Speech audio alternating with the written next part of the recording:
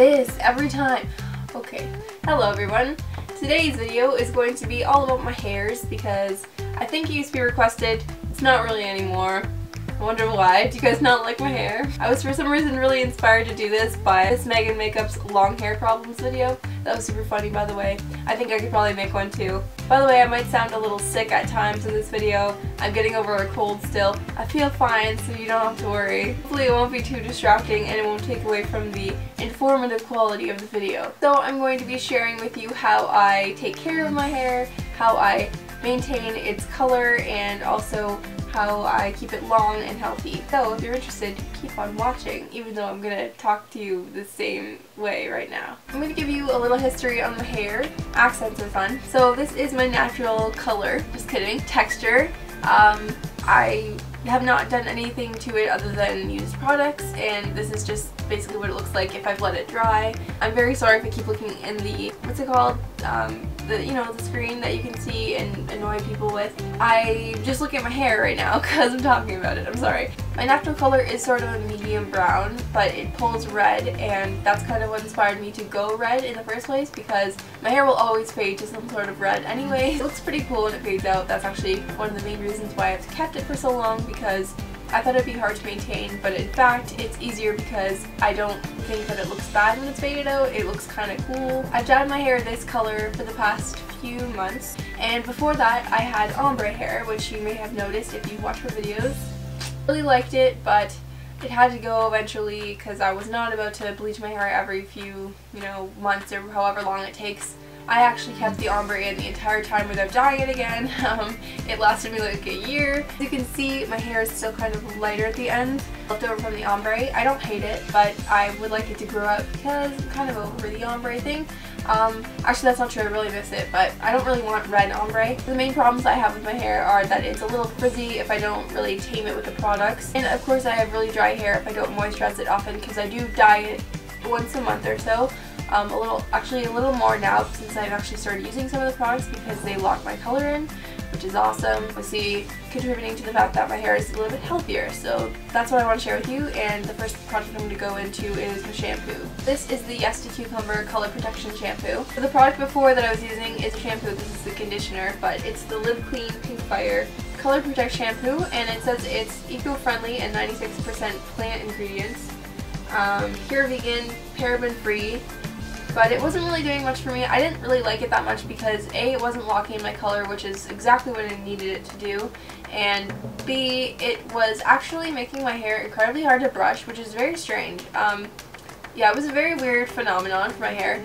I will never go back to that shampoo. I really hated that feeling. I don't know what was going on with that shampoo, but I like this one a lot better, and it also obviously protects my color, and it's sulfate free and is 95% natural. If you look on the back of your shampoo bottle, or sometimes it'll have on the front like this one, it'll say sulfate free or made without sulfates, paraben free, which are chemicals you don't want in your hair or near your body. I just want to point out something that some of you may not be aware of. I've seen other YouTubers put out videos of hair care routines, and they're claiming that they're really happy with certain products, like products from Dove and Pantene and Tresemme.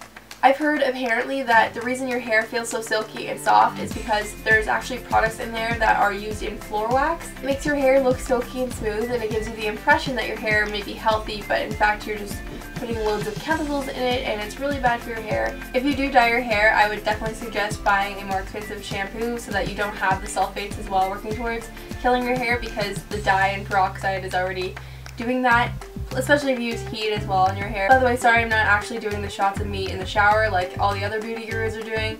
I think that's really weird, and I don't really want to do the towel drop thing and stuff. Plus I don't really understand how exactly you film yourself in the shower when your camera's not waterproof. I'm just going to show you the products, and I do show you using one product because it's specific, but I'm sure you can figure out how to use shampoo, you know what I mean? Okay, so the next product is the Macadamia Natural Oil Deep Repair Mask, which is so popular on YouTube, but for good reason, because it's something that repairs your hair. It's not going to be a miracle, but this is referred to as a miracle product though. It's very expensive. It's $30 for this pot. This lasts probably, I'd say like 3 to 6 months because I use it pretty often. I leave this in for about 7 minutes while I'm shaving my legs or something.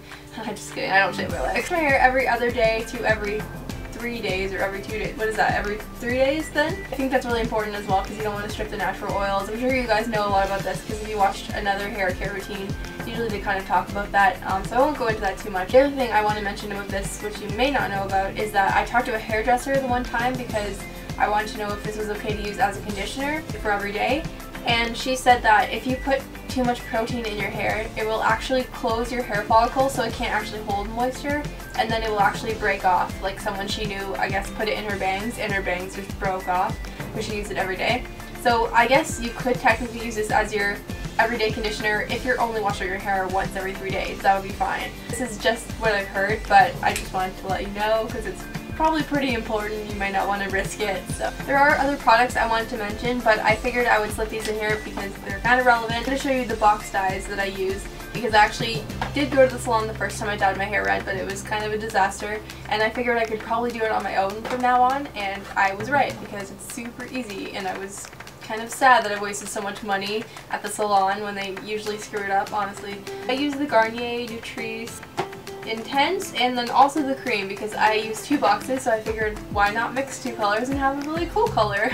This one is the Intense version. It's 562 Opalescent Red and 564 Intense Medium Red Copper, and it creates the color that I want to say that I have now, but this is like 3 weeks faded. So after you're out of the shower, I use the It's a 10 Miracle Leave-In Plus Keratin, which is a leave-in conditioner, and I do use this every single time, even though I know the protein thing and it kind of might break my hair off, but I really like how easy my hair is to manage because it is completely silky and there's no frizz or anything, and I can just like walk out the door essentially. I don't have to do anything to it. Also not using as much heat on my hair, so that's also really good. I also want to mention that Miss Glamorazzi said that the Plus Keratin is a really important part of this little product, and I guess the other one doesn't work as well if it doesn't say that, so just maybe take her word for it. She has beautiful hair, so she probably knows, and I've never tried that other one, but I know this one's really good. So I also use this wet brush that I'm showing you in the action shot of me doing this. The wet brush is an actual miracle, I'm not even joking. It's about $10 I think off Amazon or something like that, and it essentially allows you to brush your hair when it's wet rather than, you know, like tearing out all your hair, because I know for me, like, it would literally be such a chore to brush my hair. I usually wouldn't brush it. I would just let it dry and then brush it after that, and sometimes you just simply can't do that because of your time.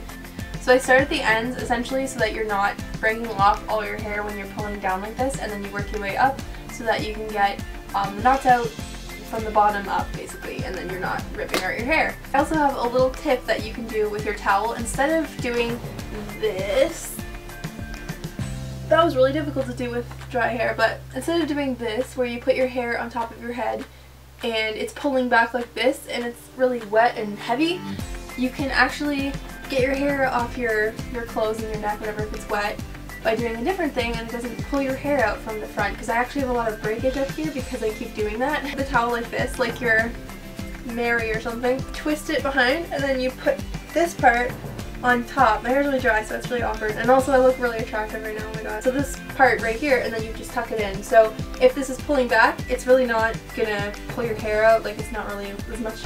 I'm gonna take this off, this looks really bad. It doesn't feel as heavy and pulling, and I don't know. Anyway, it helps me, but yeah, thought I'd share that with you. I mentioned that I only wash my hair once every 2 days or 3 days, and I use dry shampoo on the off days so that my hair doesn't like feel really greasy, because as soon as it starts to feel greasy, I hate the feeling and I want to wash it, but I know that if I wash it over time, my hair will become more greasy because my hair will be producing more oil. I use dry shampoo to balance that out. This is a really good one. I've tried a lot of them, and the Batiste one I've found doesn't leave your hair ashy, and it doesn't stop working after a few hours. Like, I've tried the Tresemme one and I hate that one. This used to be a holy grail product, but after I tried the It's a 10 leave-in conditioner, I've kind of been neglecting this thing, but I also still like using this on my ends after my hair is already dry. It's the Chi Silk Infusion Silk Reconstructing Complex. You put this on your ends and it just makes them silky, or you can put it all over your hair, but I wouldn't put too much of it because it's a really oily oil. That's what I was about to say. It's an oil. The last product I have to show you is the Chi 44 Iron Guard, and it's just the heat protectant spray that I use when I do put heat on my hair, whether I curl it or straighten it. This is so not often because I simply don't have the time, and to be honest, I'm lazy. It's not even about like protecting my hair, it's literally just about me not having time and stuff. If you want to protect your hair from heat, just be busier, lazier. I think I've done a good job in covering all the things I wanted to talk about my hair, but if I've forgotten anything, or if you have a question, just leave it in the comments below and I will just get back to you there. So thank you so much for watching, and I will see you guys next time. Bye!